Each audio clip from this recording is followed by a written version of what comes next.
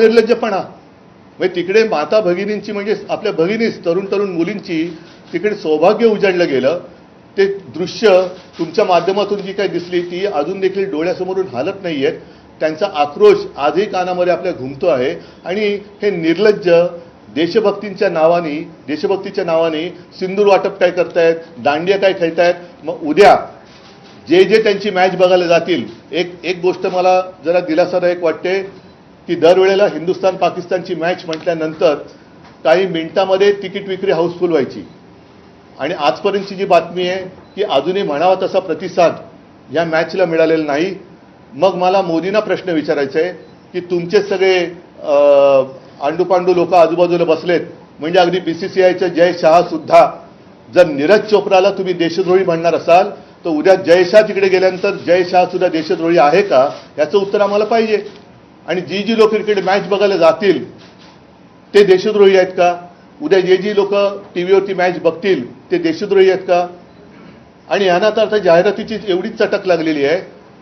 मी भाजपला सांगेन की मग उद्या निर्लज्ज तर तुम्ही आहातच.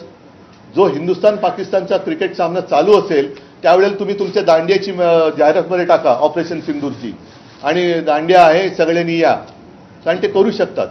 हा एवढा सगळा कळस बघितल्यानंतर आम्हाला असं वाटलं होतं की एक कणखर पंतप्रधान आपल्या देशाला लाभेल, म्हणून आम्ही तेव्हा त्यांना पाठिंबा दिला होता. पण आपली विदेश नीतीसुद्धा ही सरपटणारी ठरलेली आहे.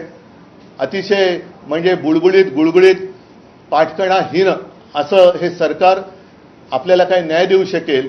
आणि पाकिस्तान तर सोडाच, पण पाकव्याप्त काश्मीर आपल्या देशात परत आणू शकेल यावर आता माझा विश्वास नाही राहिलेला. तुम्ही जावेद मियादाचा जो उल्लेख केलात, मागच्या वेळेस मुख्यमंत्री बोलताना म्हटले होते की ज्यांनी मातोश्रीवरती पाकिस्तान क्रिकेटर्सना बोलवलं त्यांनी आम्हाला याविषयी सांगू नये, असं मुख्यमंत्र्यांनी बोललं. मी मुख्यमंत्र्यांच्या बोलण्याला किंमत का देत नाही, कारण ते यावेळेला नव्हते, मी स्वतः होतो. आणि जावेद मियादादला तोंडावर बाळासाहेबांनी सांगितलं होतं, त्याच्याकडे नवाज शरीफकडे जसे मोदी गेले होते त्यांचे नेते आणि गपचूप जाऊन केक खाऊन आले होते, त्या आणि जिनाच्या थडग्यावरती डोकं टेकणारे ज्यांचे नेते आहेत त्याने आम्हाला देशभक्ती शिकवण्याच्या भानगडीत पडू नये. मला उद्याच्याबद्दल बोलायचं आहे. उद्धवजी, पण तुम्ही आता भाजप आणि सरकारवर टीका करता, तुम्ही देशातल्या क्रिकेटपटूंना काय आवाहन करा, कारण तेही खेळणार आहेत.